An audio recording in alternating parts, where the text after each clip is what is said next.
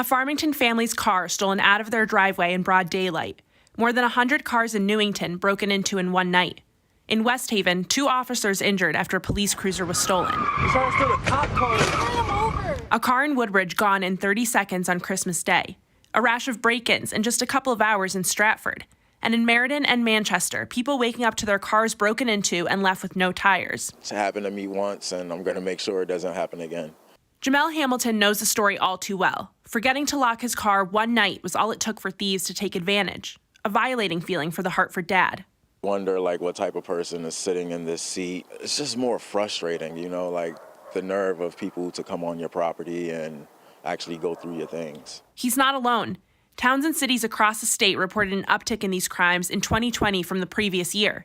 In Manchester, it was an approximately 111% increase in calls for break-ins. Lieutenant Ryan Shea says one of the challenges they face when trying to make arrests is that even if they catch someone breaking in or stealing a car and the suspect takes off, Connecticut law says police can't chase them.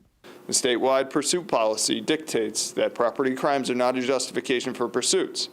Now, we as police officers understand that motor vehicle pursuits, they create an inherent danger to not only the officer, the suspect, and the general public. He says while it's not always clear who's behind the crimes, especially if an arrest isn't made, many times it is teenagers.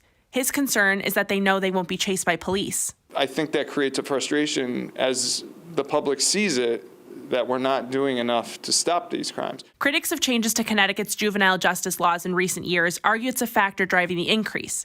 Ken Barone, project manager for the Institute of Regional and Municipal Policy at Central Connecticut State University, conducts research for the state on auto thefts. He says the issue isn't exclusive to our state.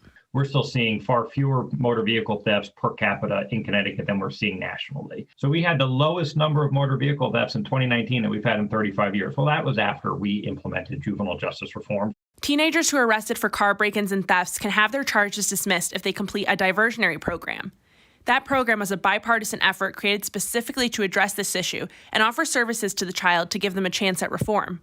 To hold someone accountable, I think, is to make them aware of what they did, why it was wrong, how it impacted the person who they did it to, or whose property they harmed, whatever that looks like, and help that person figure out how to move on and give them new skills that they might not have had so that that mistake doesn't happen again. What is the deterrent for these juveniles to not continue to commit these crimes?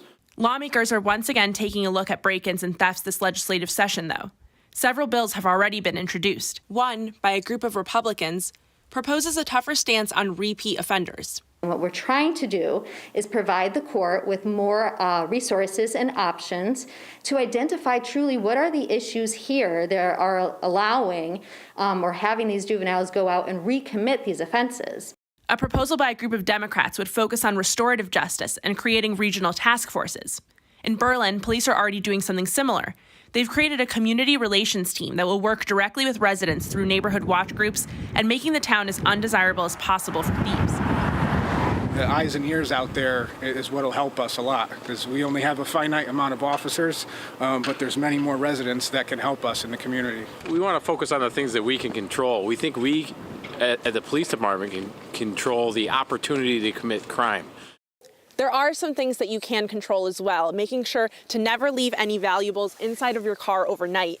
Remembering to always lock your car, even if you're just running inside for a few minutes. Or even getting a doorbell or a security camera, and if you have one, checking the footage. Police say those extra steps make all the difference. Jamel Hamilton says he's learned it too.